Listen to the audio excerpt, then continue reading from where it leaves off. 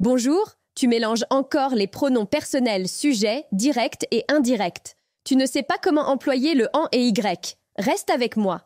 Après cette vidéo, tu les maîtriseras comme un pro. Si tu n'es pas encore abonné à ma chaîne, fais-le maintenant. Et n'oubliez pas d'activer les notifications pour être au courant de toutes mes vidéos. On commence d'abord par les pronoms personnels sujet. Tu les connais sûrement, ils sont les plus faciles et qui se trouvent dans la majorité des phrases, c'est-à-dire je, tu, il, elle, on, nous, vous, il, elle au pluriel. Comme ce sont des pronoms personnels sujets, leur rôle est de représenter le sujet du verbe et indiquer qui fait l'action. C'est tout. Exemple. Tu parles français. Ils arrivent demain. Vous êtes très gentil. Tu, il et vous sont des pronoms personnels sujets parce qu'ils font l'action du verbe. Ils sont donc généralement avant le verbe. Passons aux pronoms toniques. On a moi, toi, lui, elle, nous, vous, eux, elle. Ils sont multifonctions, on va étudier cas par cas. Restez branchés. En premier lieu, généralement, on les trouve juste après une préposition comme avec, sans, chez, pour, par, sur. Par exemple, viens avec moi. Elle va dormir chez lui. J'ai une surprise pour eux, vous voyez? On a les prépositions avec, chez et pour qui précèdent les pronoms toniques moi, lui et eu. En deuxième lieu, si on utilise le verbe être plus la préposition à, on peut aussi utiliser les pronoms toniques et ça désignera l'appartenance. Par exemple, ce portable est à moi. Ça veut dire que ce portable m'appartient. En dernier lieu, on utilise aussi les pronoms toniques sans préposition pour désigner des personnes. C'est moi, c'est toi. Mais ça sert aussi à renforcer un nom ou un pronom. Par exemple, lui, c'est Daniel. Quand je fais ça, je précise et je renforce qui est la personne qui s'appelle Daniel. C'est plus fort que c'est Daniel. Voilà un autre exemple. Toi, tu pars et elle reste ici. Ici, dans ces exemples, grâce aux pronoms toniques toi et elle avant les pronoms sujets, je renforce la distinction entre les deux personnes. On va passer aux pronoms compléments directs, mais juste avant, n'oublie pas de mettre un j'aime si tu as déjà appris des choses ou si tu aimes mes vidéos en général. Donc, les pronoms compléments directs, les voici. Me, te, le, la, nous, vous, les. Mais ici, tu dois bien comprendre une chose. Ils remplacent des éléments qui ne sont pas précédés d'une préposition. Ils fonctionnent donc avec des verbes directs.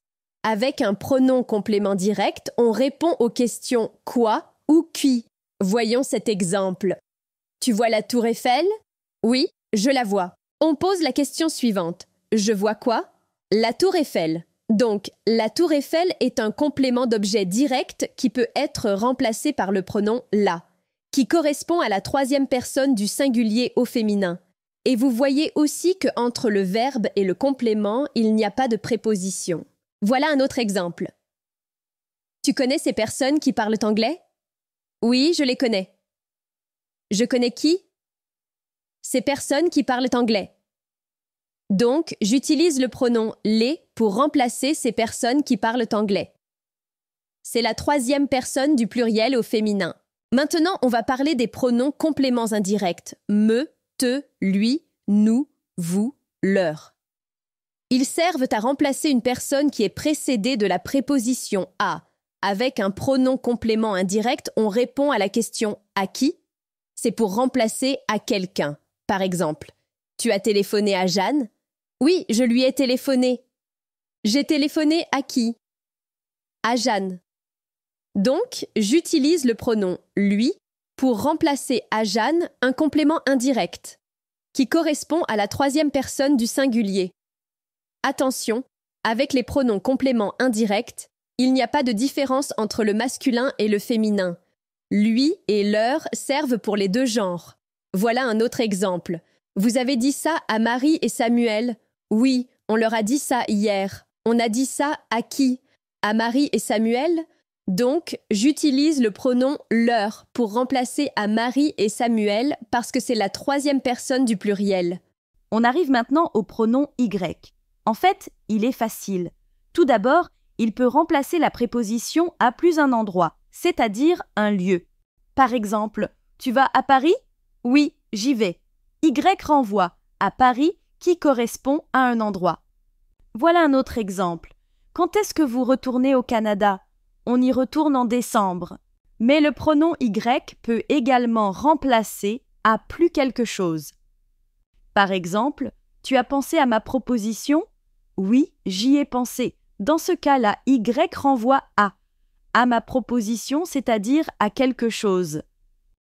Enfin, on arrive au pronom en. Il est un peu plus compliqué, mais je vais simplifier les choses.